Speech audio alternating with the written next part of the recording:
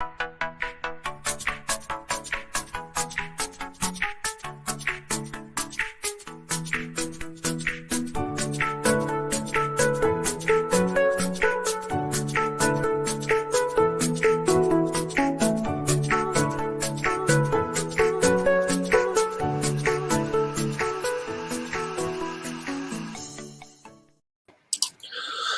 and welcome to the Footballbets4u podcast.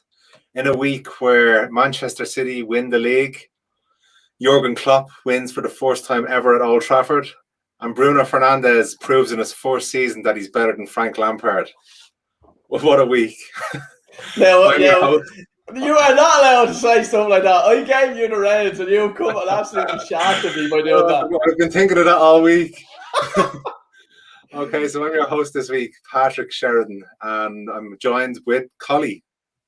Hello. How's it going? So we've got all our usual goodness this week. We have our predictions, questions time, and just general chat and banter. So I think we'll start off first with a little bit of predictions.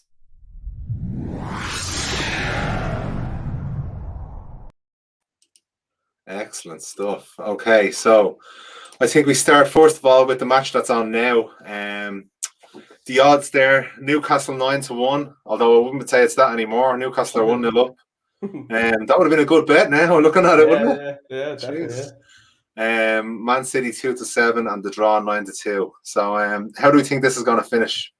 I don't know. Like City after I was watching before. Before it kicked off, and fucking there's an interview with Scott Carson who was starting in goal for City. But it's not like he's come in and he's just filling the hole. He's come in and he's been like, I've worked really hard for this. Like, this is my moment and all. I'm like, come on, pal. They're just playing you for no reason. Like, you know what I mean? It's not he probably thinks he's going to get the Champions League final if he does well. That's what's happening there. Like, he 100% believes that he's going to be playing every single game from now. But I thought it was funny on this podcast. What? I'm only in because of default, because it's a Friday night, and I think this is my big chance and all. You're like, next week you'll be gone.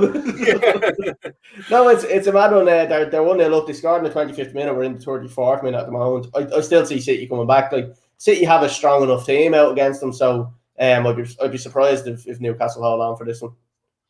Have you got a score prediction? Not score, obviously. Yeah, I gotta say, City are gonna come back and win 3-1. I can give you the price on City right now. Let me just something's up there. There's a dangerous free kick for Newcastle at the moment, but it's actually suspended. I can't give you a price. Sorry. Okay. Try my best. Actually, just to say as well, forget that we're live. If you have any comments you want to leave, just put them in and we'll read them out. Okay, so I suppose I'm going to give for this match. I'm going to say Newcastle are going to win it. Oh, I'm going to say City now are celebrating on their holidays from the Premier League, the same way United were last night, and getting ready for the Champions League final. So I'm going to say Newcastle are going to win 2-1. So we'll see by the end of the podcast. Yeah, we'll have an answer. Moving on, the next exciting game is Burnley and Leeds. You're gonna wake you up there. Yeah, what do you think?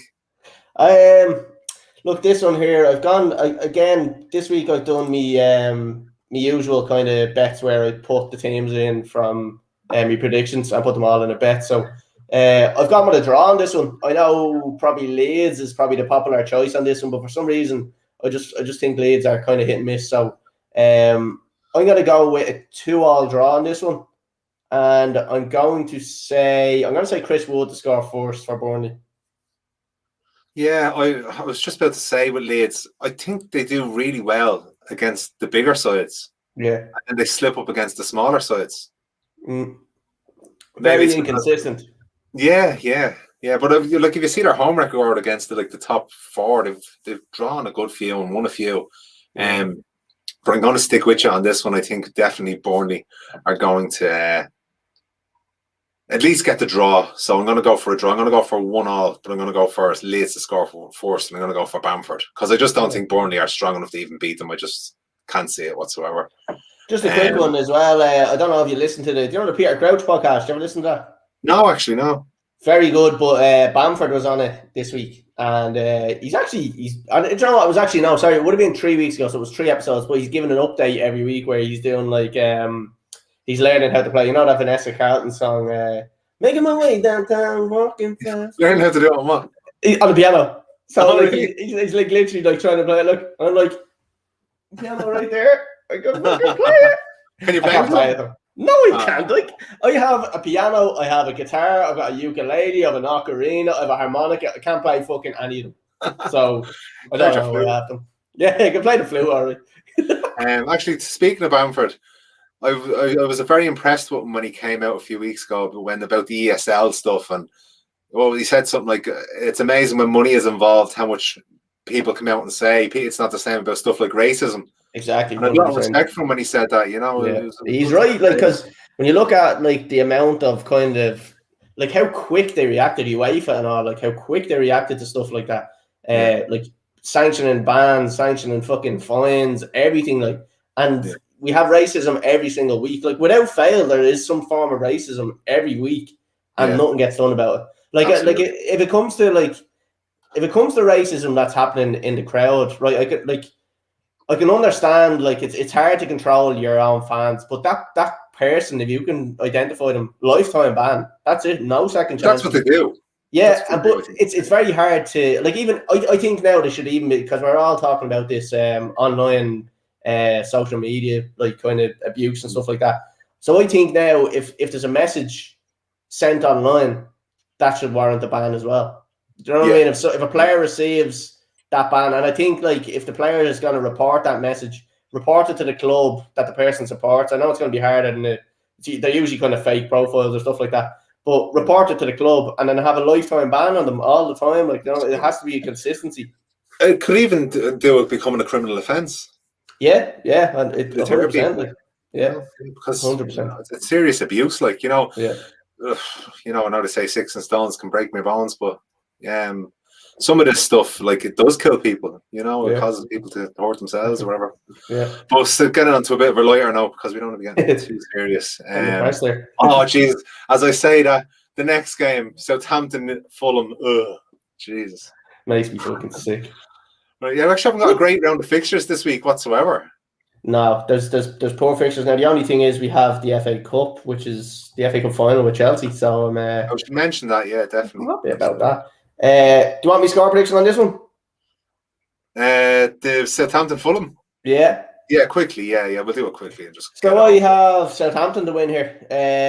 Fulham obviously relegated. Water will be absolutely fucking thrilled with that, because he's been saying all season that Fulham are 100% going down, and he completely committed to it. And I love his fucking enthusiasm and his commitment to it. And he's spot on. Connor, I think, gave him a little bit of abuse, but Southampton. I thought they would have been safe. I thought they were going to. Did you?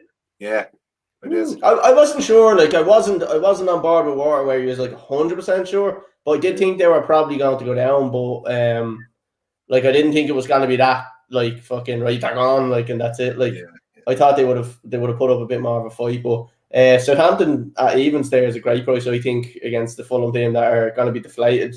They're not going to want to even play. They're going to just want to get the season out of the way. And Scott Parker might even just bring in a few new faces just to give them a run out, because it doesn't mean that. Yeah, because they've got then United on Tuesday. Yeah. And that's one for, if United win that, then they guarantee second place. Yeah. Which they could do a win. Yeah. So what did you say there for a score prediction? I didn't give one, sorry. I'm going to go with 2-0 to Southampton, and I'm going to say Danny Ings to score. Yeah, I'm going to go the same, actually, because I was thinking as you were talking. Yeah. What do you think about the Fulham manager, what's his name, Scott Parker going to Tottenham? The rumours. I don't know, like his favourite. Is he warranted to like, has he done enough to really warrant that job? I don't think so. Like, no way. Like, in fairness, he got Fulham promoted. Fair enough. Like, at the end of the day, I always think there's a big gap in this championship between, like, teams that really have potential of going up. So the likes of, like, every year we have the same people. We have Watford, Norwich. Who else goes up and down? Fulham are one of the teams that go up and down. West Brom are another team that go up and down a lot. Like, so they're like, there's like the Premier League, and then you have this little gap, and it's like a little core of teams, maybe 5 or 6 teams that are always going up and down for a while. And then maybe they either establish themselves in the Premier League or else they fall right down to like League Two. Blackpool would have been another one as well. Like they went the other way. They went down to League Two or whatever. Well, I think they got their parachute payments, and if they don't use that well in the first year, it's very hard to go back up then the second year. The big surprise was, do you remember the last time Fulham got relegated? I think it was 2 years ago. I was all for Fulham being like near enough top 8. And I was like, they've bought really well. Like, did you remember they got Andre Schürrle off Chelsea? They had Ryan Babel at the time, and he was actually playing decent enough. And I was thinking to myself, Fulham are going to fucking actually be pretty good this season. They spent well, and they had Sessegnon as well. And I was like, fucking some great players here. Like, but they were a mainstay in the Premier League like for a long time. Oh yeah, they were. That's why I think like it's obviously gone wrong from a managerial perspective because they've always had decent enough players. I think like Scott Parker, fair enough, he's got them up, he's got them promoted, got them relegated at the same time. So you know what I mean? It balances out. Like, so how could you justify him going to a fucking team like Tottenham when you have the likes of Benitez there, who was won stuff? You've got the likes of Martinez. I know Martinez obviously has a job and stuff like that, but like you've all these managers. Henry could be in with a shout now. I don't know whether he'd go obviously because with the Arsenal thing, but like a job's a job. Like I don't think loyalty really comes into it when you're trying to establish a managerial career. Like, how's Henry done at the clubs he's been at? He was over in New York, I think it was, but he pretty much, I don't think he done too well. And he stay long, does he? No, something happened. They ended his contract with mutual consent or something like that. And I can't remember. There was something happened. I can't remember what it was, but something happened, and he came back to England then, and that was it. Like so, I don't know. You're probably going to see Henry taking over a decent enough team the next kind of year or two. Yeah. Okay. Let's move on to the next one. We've got Brighton against West Ham. West Ham, who have been slipping a bit. They were on a great run. I was championing them last week or the week before to get into it. If anyone was going to get into the top 4, it'd be them, and maybe Leicester would drop out. But sorry, Paddy. I'm just gonna crack open one of the bottles of beer. Cheers, Paddy. I'll join you. We're not being sponsored this week, although if Guinness do you want to sponsor me? Of course, Light. If you want to sponsor us, you know where we are. Just send us a crate of beer, and that's enough. once a week, one crate a week will be grand. So Brighton and West Ham, just again, it's at this stage like our West Ham are pretty much out of the top 4 now. I don't think they're going to get in it. Like Liverpool, I think have the best chance. There's a question later on. I know you'll have it there for the question about the top 4, so we will be talking a little bit about that. So I won't cover it too much, but I've gone with a West Ham win, although we're saying they're probably not going to get it. I still do think there might be a little bit of fight in them. And actually, funny enough, going back to the Peter Crouch podcast, Mark Noble was on it this week, and he was saying that like the atmosphere around the club is brilliant, and like Jesse Lingard and all is Moyes' favourite, and basically saying that the lads are great. The Czech lads with Souček and stuff they're brilliant, like around the club. So yeah, like I'm gonna go with a West Ham win. I'm gonna say a 2-1 win. It'll be tight enough, I think. And I'm gonna go with Souček to score. I'm praying he scores. I have him in my fantasy football, so I'm gonna back him to score. Yeah, it's interesting. All right. I think West Ham fooled us for a while with some of the results because, as you're saying, they were taking, say, a 2-3 goal lead and then just folding. Yeah. And they were lucky in a few games there to hold on to their lead. They got a couple of draws. And I think they're just been found out now the last couple of weeks, whether it's just tired legs or that little jump that they had in fortune has just went away and the players are starting to think about their holidays or the internationals. I don't know, but even this game here, I wouldn't be too confident on them getting it, especially away from home. Yeah. And Brighton haven't been doing too bad the last couple of weeks. I'm going to go for a 1-1 draw, but I'm going to go again with Jesse Lingard to score because I just think he's done a great job, and I wouldn't mind seeing him back at United, to be quite honest with you. But depending on who the summer signings are. Paddy, can I just jump in there?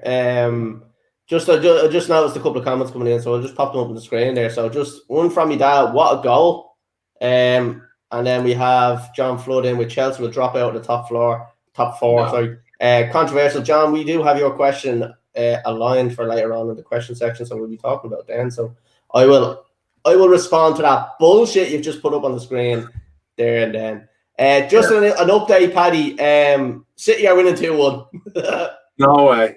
Yeah, so Man City are winning 2-1. Cancelo and Ferran Torres scored. So is it in the second half? It's second half now, is it? It's the first half. Oh. It's in stoppage time in the first half. So Carson's going to get his place in the Champions League. So, I suppose speaking of Chelsea there from the top four, we can. But just because you're the owner of this shit, we'll talk about Chelsea and Leicester in the final. Are you worried?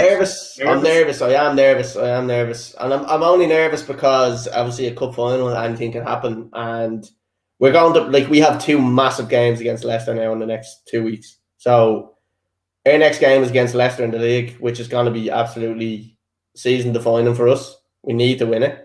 And then this game, obviously, if we win, we get a cup. If you're asking me which one would I want to win, I'd pick the league game and I'd let them have the cup. Yeah. I just want top four and we need to secure top four. I think, I don't know. Go on. Will 5 teams not get Champions League? That's what, so that's what I'm thinking. So there probably will be 5 teams getting it, but I just want to secure a fourth position. I don't know. I don't know what way it stands at the moment. I don't know. I'm sure there is 5 getting it.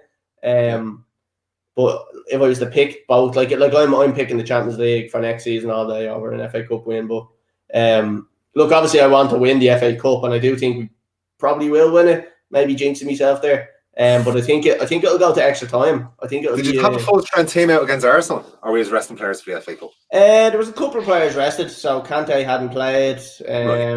There was a couple of players that weren't there. Some difference when he doesn't play, is there? Oh, he's the engine. He is the complete drive of that team. Without him, it's a massive difference.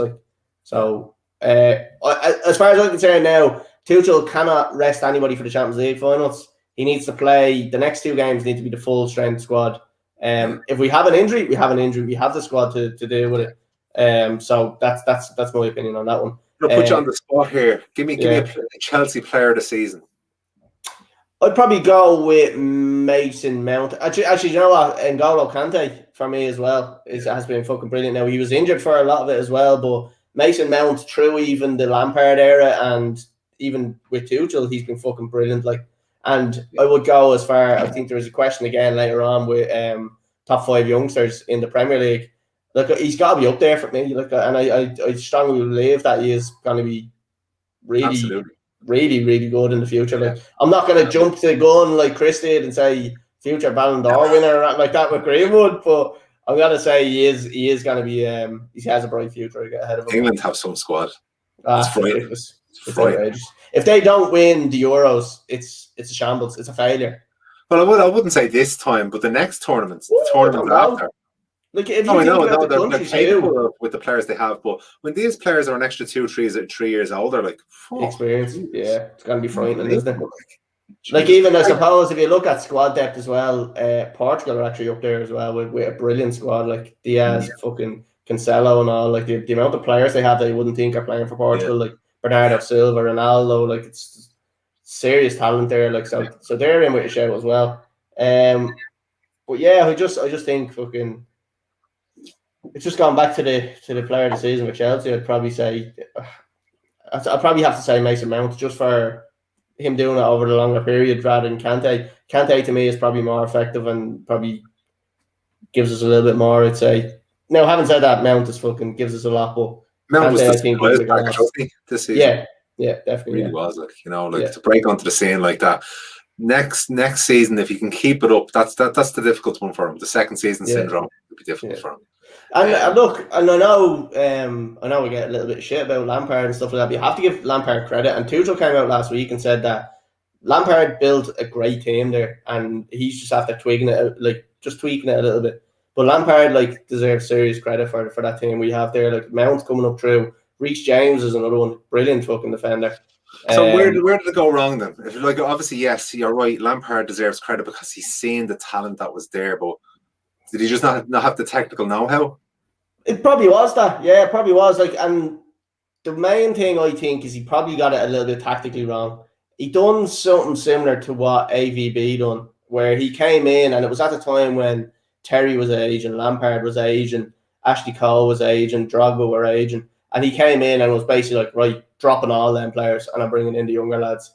Yeah. And I think that was probably his biggest downfall. And it was slightly like that with Lampard, although he brought in a bit of experience in like the likes of Thiago Silva. I think he probably had his favourites with the English lads. You could see, obviously, Mount coming in is one of them. Chilwell coming in was another one. Callum Hudson-Odoi, now he played him a bit more regularly than Tuchel has been lately. Tammy Abraham again being another one. So he had no problem dropping the likes of Werner and Havertz for them players. And I think that may have been frustrating for the board, where they've spent so much money on these players and it was almost like he was giving up on them. And the thing is, that's the whole thing we were talking about managers. And I suppose the coaches can do the stuff on the field, but a manager has to really create a sense of harmony between the whole club, the whole squad. Yeah. And when you have breakaway groups that the manager doesn't like, they'll cause it's poison in the team. Yeah, it's cancer. And then it was the likes of Alonso. So he was one of the big ones that I was really against him completely dropping, because I thought every time Alonso plays, he's good.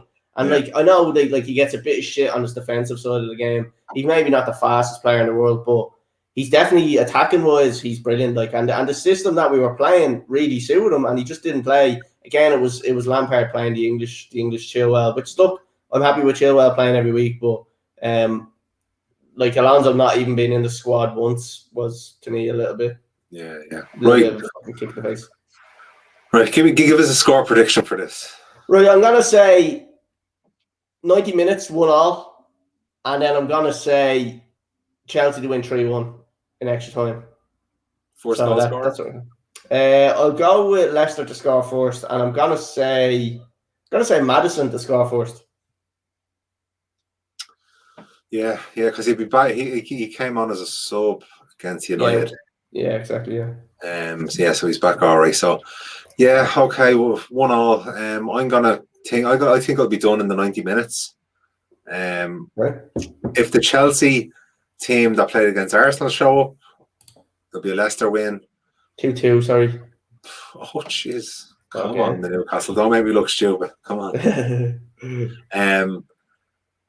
I suppose just to play devil's advocate and go opposite to you, I'm going to say a Leicester win. I'm going to go 2-1 to Leicester.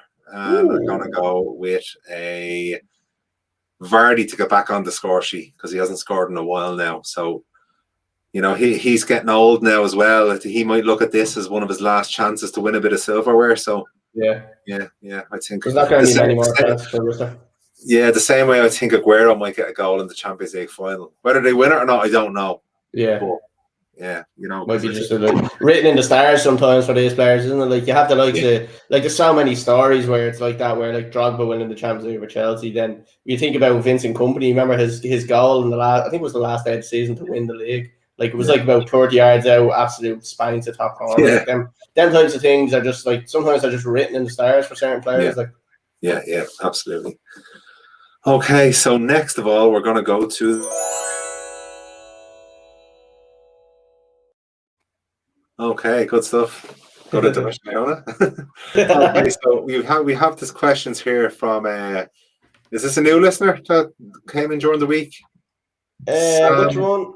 Sam Doyle, yeah. So Sam, I was talking to on Instagram today. So he put in a couple of questions to us. So I said we'd go through as many as we can anyway. So depending on how long we spend on each one. So Sam's a new listener. Said he'd be tuning in tonight. So he might not be watching us live. So he might follow us. He might catch up on it on YouTube or something like that. Good stuff. So signings needed for United, Liverpool, Chelsea. Etc. to challenge for the league. Okay. I'll go with United. Yeah. We can both say Liverpool, there's no signings that will get in the league again. I'll be in another 30 years because they're shit. For United, I would have said Sancho because we have Cavani kept, but I don't think we can rely on Cavani for the year to be our out and out striker. So I think we need an out and out striker. I'd love to see Harry Kane. I think if we got Harry Kane, we'd win the league. Can I just say something maybe controversial? Sancho is one of the most overrated players in the world at the moment. Yeah, he's had a shit season this season. I just think he's very overrated, and I don't rate him. And I haven't seen he had probably 1 or 2 decent seasons in Dortmund, and he's not really that good. I don't think he is. I've never seen clips of him the way I've seen clips of Haaland, the way I've seen clips of Mbappe. He reminds me of a slightly better version of Aaron Lennon or something. That's what I'm going with. All right, yeah, well, yeah, I wouldn't be too pushed up, but we need a right winger. But I don't see who's available on the right wing. Who else? There's very few, isn't there? Yeah, there really is. Especially there's no out and out right wingers the way there used to be years ago. There's versatile players, there's utility players that can play all across the front. But as you're seeing yesterday with the Liverpool United game, Rashford was on the right and he was shocking. Stick him on the left and he was so much more dangerous. But then we're just trying to play Pogba to fill the position. It's like a fucking common thing down there with wingers, isn't it? You want to play on the opposite side and I think if I was a striker, I would fucking hate to play with a right-footed player playing on the left because I know he's 100% cutting in and he's looking to shoot. He's not looking for the pass. He's not looking for the cross, and that would fucking frustrate the life out of me. So that's where I think managers really have to look at it. Where who are they getting on the left? Are you going to get a left footer on the left? Are you going to get a right footer on the left that's going to cut in? And then who's your striker? And what way are they going? Are they going to run into the channels, or are they going to be the likes of if you have say a left-footed player on the right and a right-footed player on the left, and then you have the likes of Giroud up front? It's never going to work because they're not going to cross the ball to him. And 9 times out of 10 they're going to cut inside. They're going to shoot. They're going to try to play to feet. Yeah. So yeah, for United, I'm going to say a centre back, a central defending midfielder, and a striker. That's what they need. Through the spine of the team. For Chelsea, I'm happy with Chelsea's team at the moment because I really do think that Werner's going to show a lot more next season. Yeah. I do think Havertz is going to show a lot more. I think one of Chelsea's best signings could be giving N'Golo Kante a new deal and keeping him for another 4 years. That would be the best signing they can make. There is talks of Thiago Silva staying for another year. Again, I think that would be a fucking brilliant move. But he could probably do with another centre back beside him. Rudiger has been pretty good lately. Is he a Premier League winning defender though? No, I think he is. Yeah. It would be harsh for me to say he's not. He's aggressive. He's very good on the ball. He's good in the air. It's very. I've seen worse defenders win the league, 100%. We're pretty strong in every position, and I know I'm a little bit biased because I'm a Chelsea fan, but if you think about our team, if you're looking at it individually, right back, so Reece James there got a great future ahead of him. I think solid defender. Left back, then we've got Chilwell. The centre half. So this is where I think we have our downfall. Where we've Thiago Silva, which I would play 100% because I still think he's quality. Then we have Zuma, a little bit naive at times. Christensen, I think the positioning is terrible. Rudiger, again, I think if we're playing a 4-4-2, he's fine. Aspilicueta can kind of play in the centre as well. So between them three, you've kind of got 3 decent enough centre halves, but you would want somebody like a Kabali or something like that. So what went wrong against Arsenal? Who is missing? Kante was was Kante playing? So would you say you need cover for him? Kante. No, he had Billy Gilmore playing, and I don't think Billy Gilmore is up to it, to be honest with you. I just think his passing is a little bit poor. I think when we lose out on Kante, we have Kovacic there who's coming back, and we have Jorginho. Jorginho was liable for a mistake, as we've seen, for that goal where he pretty much put it into his own fucking goal and Kepa illegally saved it, and then they just finished it. But no, I don't know. I can't really call a weakness on Chelsea's team. Other than, look, I'm going to say a number 9, a solid number 9, because Werner's obviously not doing it. So if we could get someone like Haaland, we'd be fucking laughing, but obviously I don't think that's going to happen. You don't? No, I don't think so. I don't think Chelsea are going to invest big this season. Yeah. They've done it last season and they've bought youth, so there's Yeah. players there to develop. So I don't think there's really going to be a need to develop or to buy anyone else. Sorry, just a quick one. I'll just pull up a comment there as well. United need a new manager. No. Is it? No. I'm just going to disagree with that. There's been progress this season. United don't need a new manager. I think the players for the last couple of games have been on their holidays from the Premier League, concentrating now on the Champions League. Even last night, if you think about it, at that level of eliteness, if you were off by 5-10%, your levels are just going to drop. And you see it actually, United without, I never thought I'd say it, but United without Harry Maguire last night were shambles at the back. Yeah.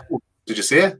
Yeah, I didn't say I was in work from 8 o'clock last night to 5 o'clock. We were so bad at the back. It was frightening, absolutely frightening. So yeah, absolutely. Centre back is the biggest position we need to fill during the summer. But I suppose we better talk about a little bit about Chelsea to answer the question, or about Liverpool. Sorry, to answer the question, because well, look, there's a rift in the fucking Liverpool camp. Like, I know they beat United there, and they've to put themselves in a great fucking position for. You were saying something about an incident with Mane and Klopp. Yeah, I'll pull it up real quick.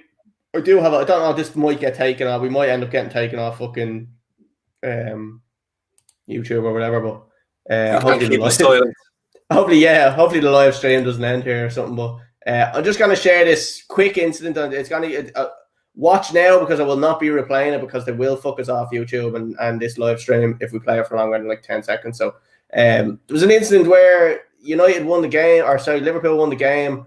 And Mane has a little strop because he didn't start the game. So this is it here. So you can see clock comes over. No, not having any of it. So that was it. So to me, that just looks like, it looks awful. It looks terrible for Mane. I was talking to Melon about it today. He was obviously a Liverpool fan, and he is 100% drop him for the next 3 games. Oh, absolutely. He's not having it. He's not having a bar. I would be surprised if any Liverpool fan is happy with that. Because he wouldn't see the manager throwing him under the bus like that. Exactly. He defend him to the fucking hills. Both ways. It works both ways. Absolutely. And he has been defending him to the hills, because Mane hasn't had the best season in the world, and he's never once come out and said a bad thing about him. But all this stuff came out about Mane during the week as well, saying that he's been to see I don't know if it's counsellors. He's talked to people about why his form has been so bad this year. He's went to see specialists to see was his body working the same, the performance wise, and he can't understand why his. But if I'm honest with you, I'm going to take the words out of somebody else's mouth here. But Jamie Carragher pointed out a few weeks ago that no front three has stayed for that length of time in any one team without being broken up, and it's just getting stale. Yeah, they need to make a change. They need to make a change at the top. And to be honest with you, like, I'm looking at it now and I'm saying any one of them 3 could go. Like literally any one of them. Like, I don't think any of them are happy there. Like, I don't know. Maybe Salah. Like, we always kind of say Salah always looks like he wants to leave, but then you hear interviews with him and he's like, well, maybe he is fucking a little bit happy. Like, but I don't know. There, I just think there's massive kind of a massive rift there in what's going on at Liverpool, and you don't worry as a manager either that, like, now you've got Jota in there, he's playing well. So if you drop Mane, is he going to be a poison in the whole squad? Yeah, 100%. Get out the door. You're gone. Good luck. Just joining again. Ollie is a bottler, not rootless. Losing 3-2 and brings on Matic, game changer. That's a good point. Yeah, but I think he kind of, the writing was on the wall at the start of the second half during that game last night. We were that bad. We really were. It was shocking. I didn't see what we had on the bench that would have made a big difference. So we brought on Matic, but from an attack point, we had Mata on the bench. Yeah. But the way United have been playing, we're coming back in the second halves with the players that were on the pitch currently. You probably would have thought. With no one on the bench that was going to do a better job, as bad as they were. Yeah. Okay, so I think we've talked about that one now. We'll go on to the next one from Sam again. Next season. This is interesting. Yeah, so this is an interesting one. This is a hard one to talk about, because I think it depends massively on who Haaland signs for. And I'm not being funny, and I think who Harry Kane signs for. Because is Harry Kane going to sign for Man City? Is Haaland going to sign for Man City? There's talk about all that. Will they go to Barcelona? Will they go to Real Madrid? Again, Real Madrid are going to be looking for that superstar now. I don't know. I think that's probably a little bit too hard to predict. And I'm gonna just put my neck on the line though, and I am gonna give an answer. Chelsea. No, I don't know. I don't know. It's hard to tell. I'm gonna say City. Oh yeah. I was gonna say again there. That's embarrassing because I've literally just rolled over on me fucking back there and admit. I think Guardiola is creating a side that could be as good as his 0-9 Barcelona side. Yeah, I really do. Like, I'd love to see them two teams against each other. Team I've ever seen, squad-wise. He did say that like Foden was like the best talent he's ever seen, and he's managed Messi for years. Yeah, which is frightening. Yeah, scary. Right, as much as that pains me, actually, you get me to host this week's where United get beaten by Liverpool and City win the league. Yeah. Well, I mean, like, you came on this straight away and absolutely slated fucking Lampard. So who's the real winner? We're just stated facts. Who's the real winner here, Paddy? Huh? Who's the real winner here? Okay, now what have we got next? This is from Boris Mednikov. This is Boris. Thinking of buying silver coins. Any opinions? Yeah, we got life savings into them. Yeah, go and see your local fortune teller. We must cross my palms with silver. we have a follower on the page, Jono, who does invest in silver coins. It might be worth getting onto Jono and having a chat with Jono. Yeah, join us on the Silver Coin podcast next week. Yeah, Connor might have some sort of update in his crypto corner for commodities and stuff like that. So maybe next week. Okay. Jay Syeds, how can Irish football improve? Because unless there's a massive investment in it, we are doomed. It's true. It is true. And the problem it's always been the problem with Ireland. It's always been a problem, and I don't see it ever changing. I think that it's going to be an issue for forever. I don't ever see it, not in my lifetime, where somebody's going to come in and have a fucking 100 million investment in the only way Ireland will become an anyway decent team again is if you get another Jack Charlton in that can entice the English players, some of them, to come over and play for Ireland, because that's what we haven't had since the Jack Charlton era. Like I think he's more referring to even Irish football in general, as in League of Ireland football. Like I think maybe the standard of football, and like. Well, I have to say I'm involved in grassroots football. Yeah, and the training now that's going into the children will pay off massively in years to come. Now you won't see it now, but I think we're a little bit behind the UK, and I think this is what happened in the UK about 10 years ago, and this is why you're seeing such a big influx of talented, skillful players in England right now. Yeah.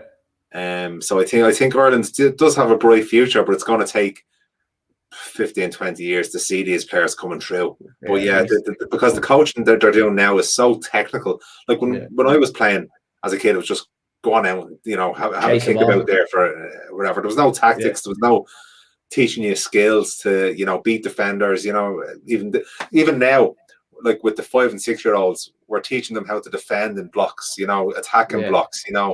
Be aware of what's around you. So yeah, I think definitely to answer that question, investment wise, no, but training wise, I think eventually we will get better players coming through. Yeah, absolutely.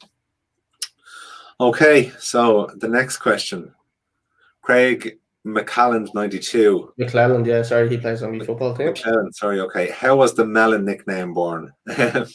You have an answer for this one, Paddy. So you can. Yeah. I was asking the lads, and because I was a bit confused as well. And we have Water on the podcast as well. And I only found out today that they were conjoined twins at birth, and they were called Watermelon. But obviously, when they got separated, you have Water and you have Melon. So it's a beautiful story, actually.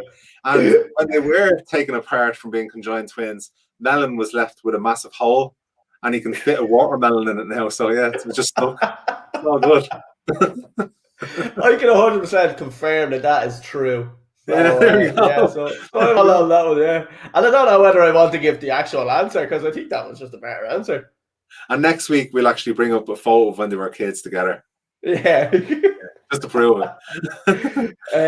The actual answer to that is he had a melon-shaped head when he was a kid, and we called him Melon. So yeah, that was it. Yeah, see how disappointing that was. Like your story was 100% better. I'm just gonna edit that bit out that I just said there. Yeah, that has to be a clip, doesn't it? Yeah, that's getting clipped out.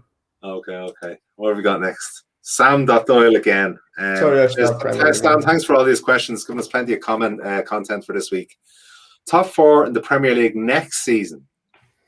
I think it's Premier League. Put an extra R in there. Premier League, because it will be the Premier League next season. Because I think everybody is going to be stronger next year, and it's going to be a good season next year. I think so. Yeah. The fans are going to be back at the stadiums. Oh, I can't wait. Do you know what? Right, I'm just going to throw it out there. Football has been absolutely fucking shite without the fans. I'm just throwing it out there. It's fucking dirt, and I even lose the will to watch it sometimes. Like it's really Liverpool last night. It was just no atmosphere. It was just shocking. For next season, I'll go quickly here. I think. Yeah. I'm not going to go in order because I can't tell who'll win the league yet, but it'll be United, City, Liverpool, Chelsea. I can't look past those 4. Yeah. I'm going to say. What am I going to say? I'm going to say Chelsea, City.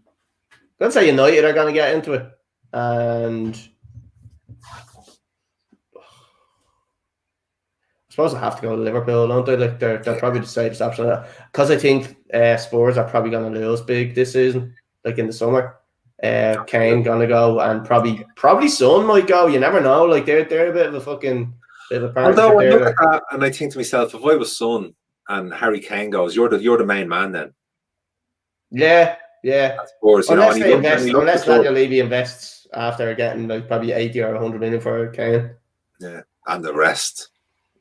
120 million has to be at least, wouldn't it? Yeah, absolutely. All right, okay, that's good. Yeah, that was nice and quick. So, top 5 youngsters in the Premier League this year. It's hard one, isn't it? Like, I'm gonna go with Foden. Yeah. I'm gonna say Mount. Yeah. I am gonna say Greenwood because he has been up there.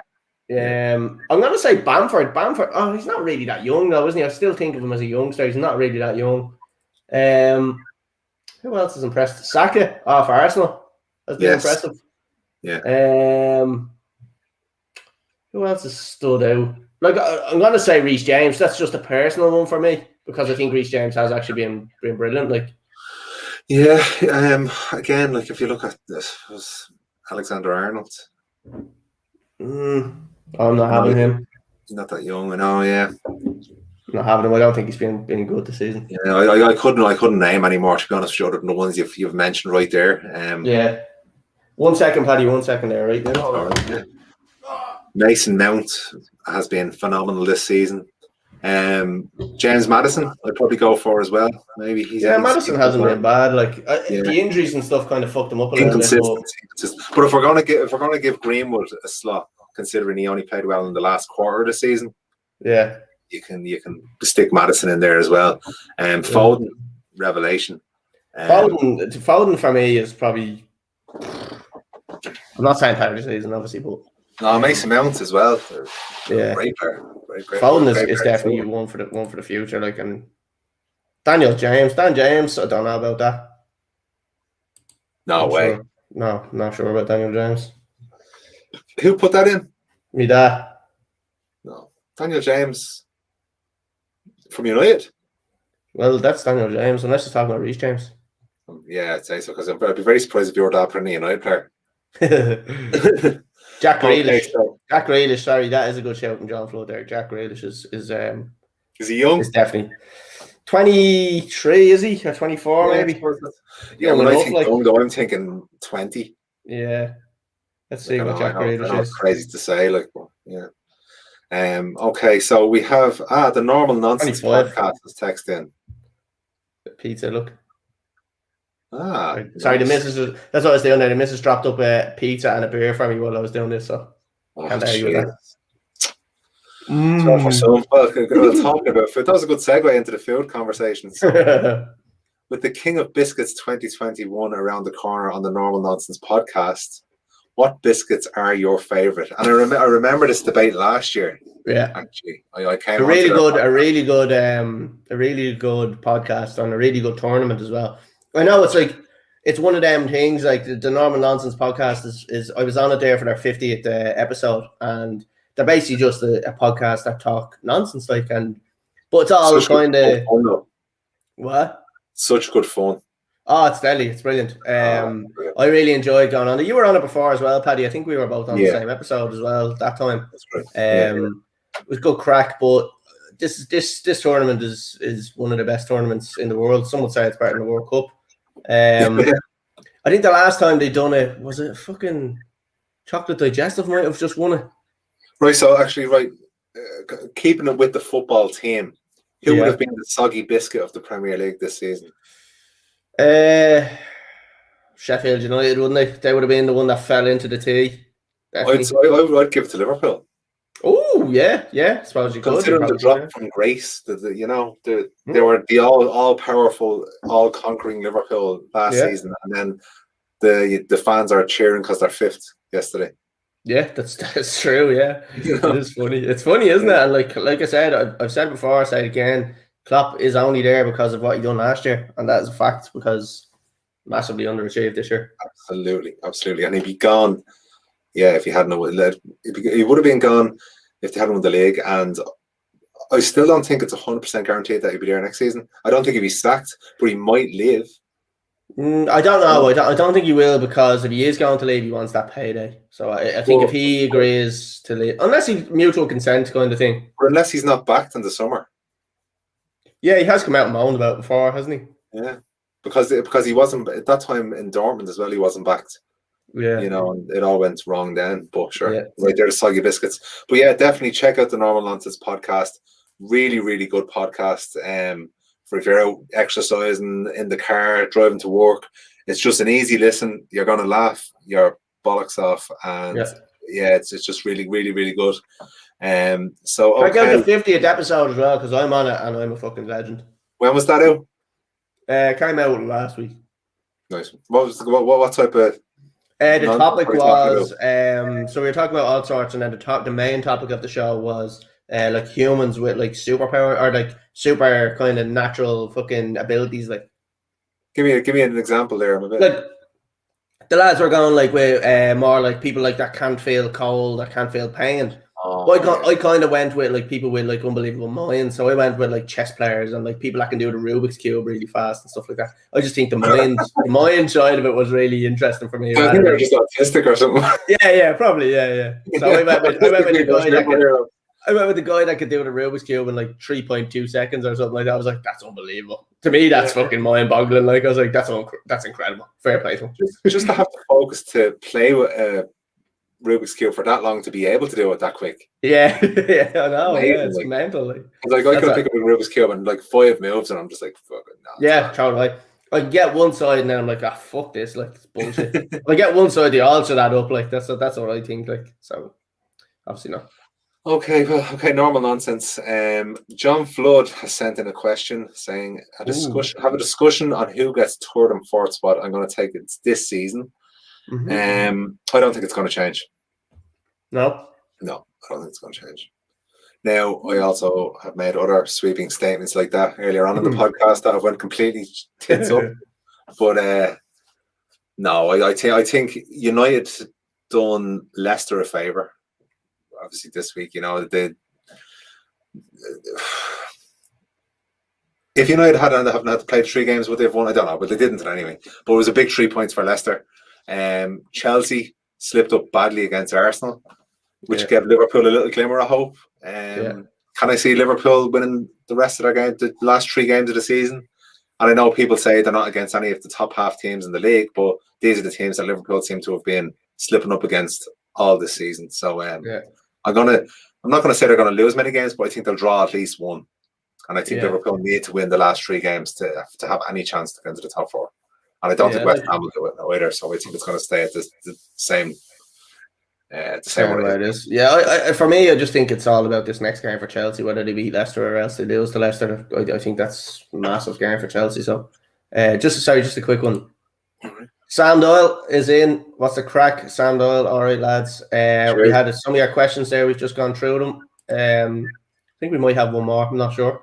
So for me, look, again, it's a massive thing on Chelsea and Liverpool. I think that's going to be the fourth and kind of fifth spot there. So yeah, I'd love to say Chelsea are 100% going to get there, but I just think Leicester's going to be a dodgy game for them. They're going to want to.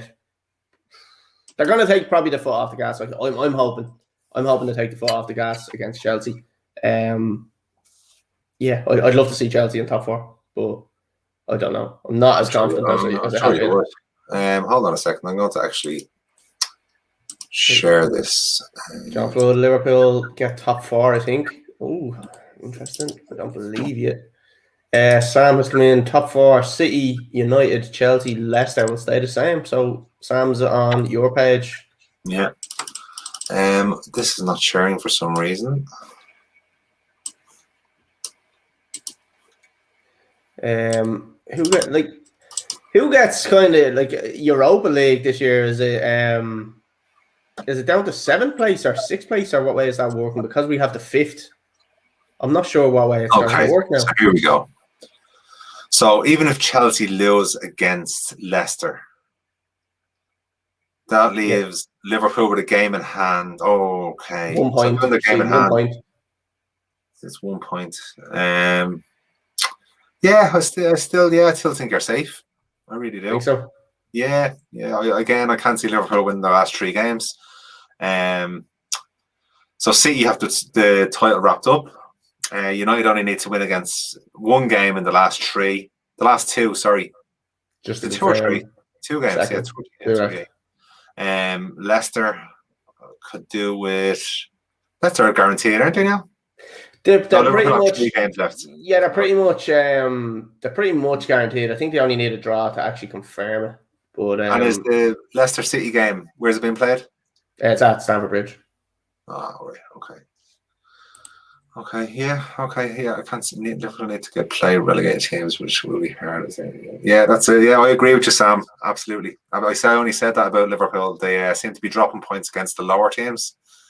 So what would you put that down to? Is that the players only want to play in the big games? Let's not Chelsea and Spurs. 2 hard games. But okay, let's go back to normal. Okay, so let's get back to.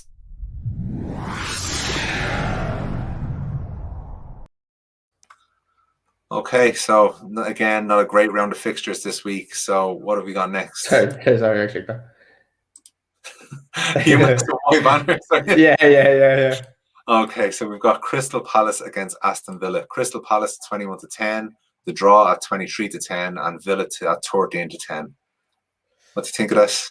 I don't care. I don't care about these 2 teams. I've gone with a Crystal Palace win because I like the price of Crystal Palace. And I just think Villa haven't been great without Grealish. So I'm going to say a 2.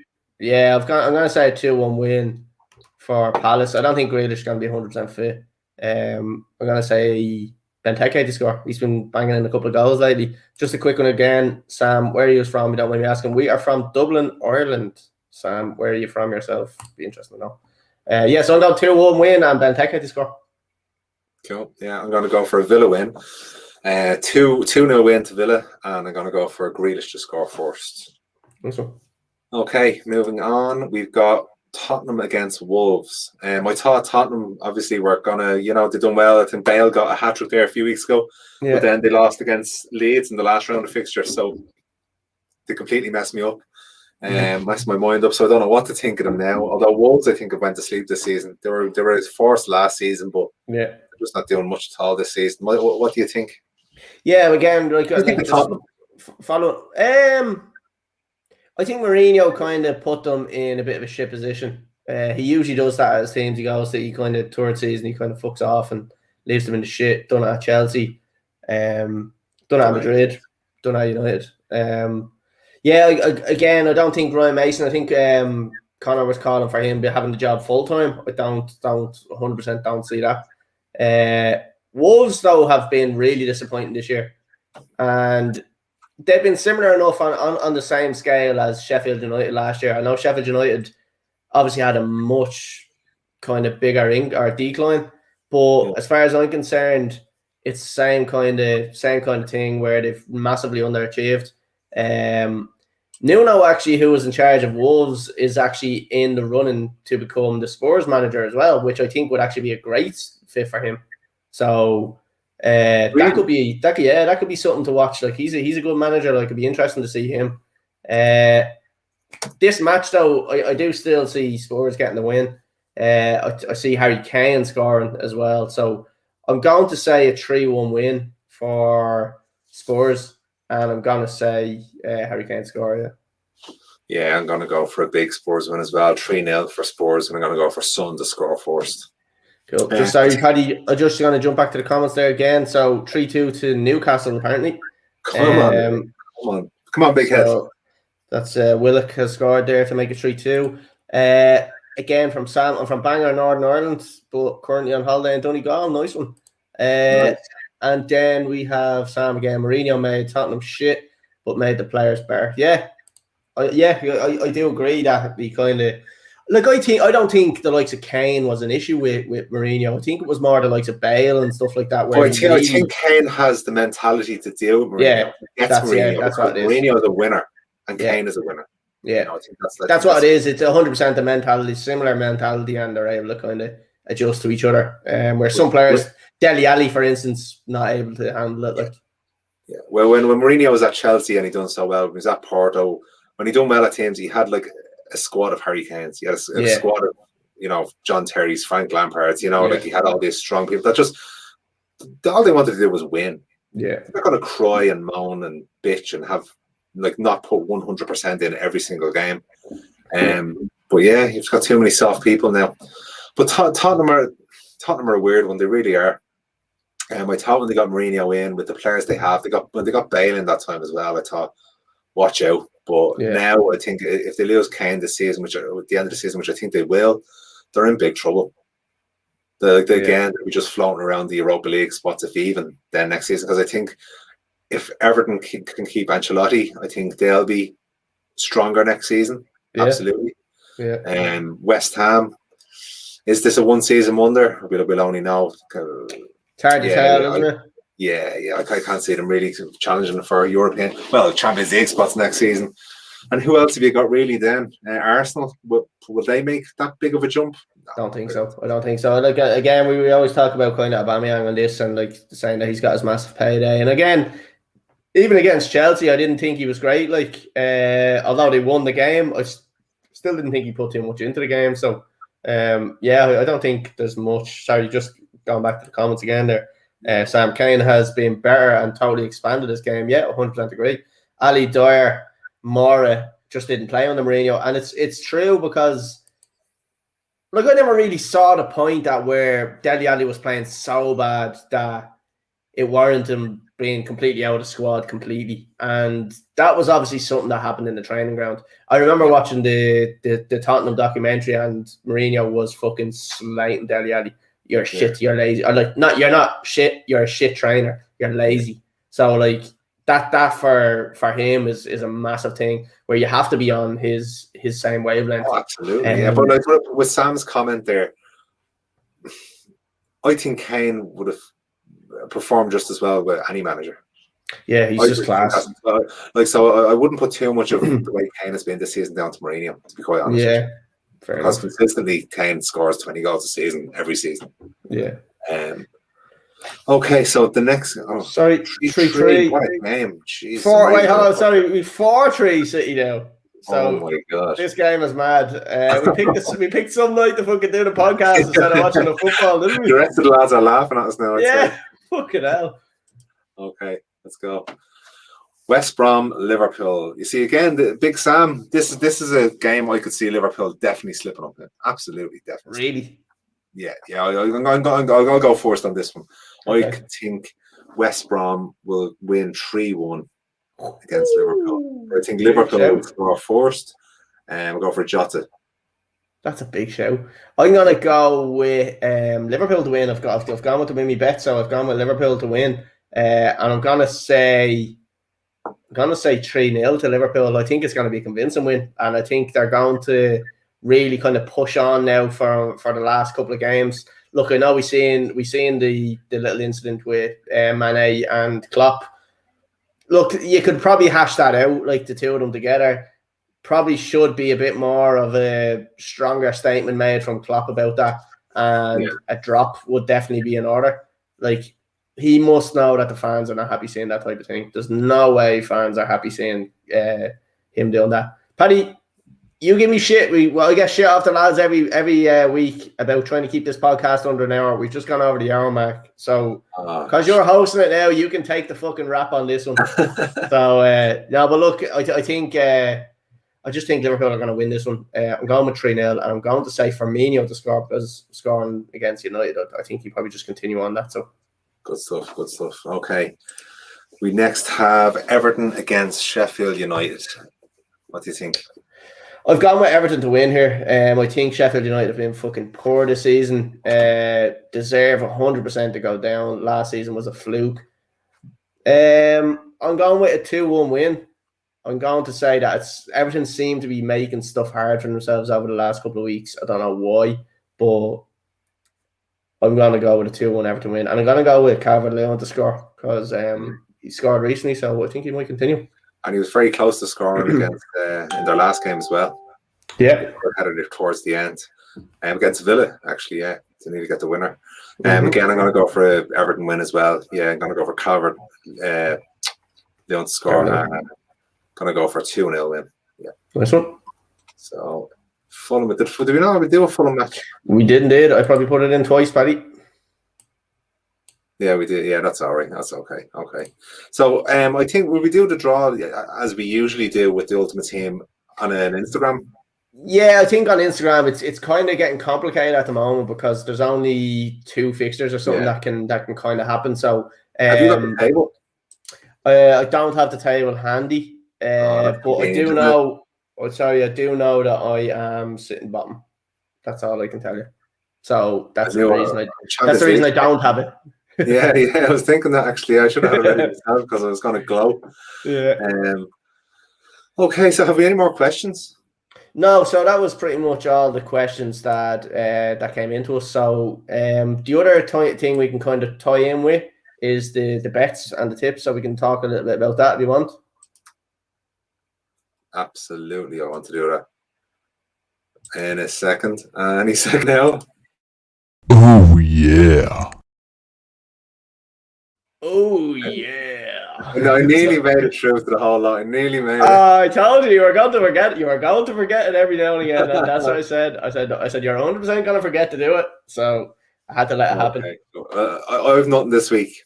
I have a couple of bets done, so I'll share my screen there, and I will show everyone what I've got on. So just a couple of bets. So again, Paddy, we always have the 10 to 1,000 challenge that we do. So unfortunately I lost last week. Hartlepool let me down. I do know one of the players off the team, and I got in contact with him and gave him a bit of shit. So he knows where I stand. Just a quick one. Sam has come in. What do you think about Chelsea? I support Chelsea, so I fucking love them. So that's what I think about Chelsea.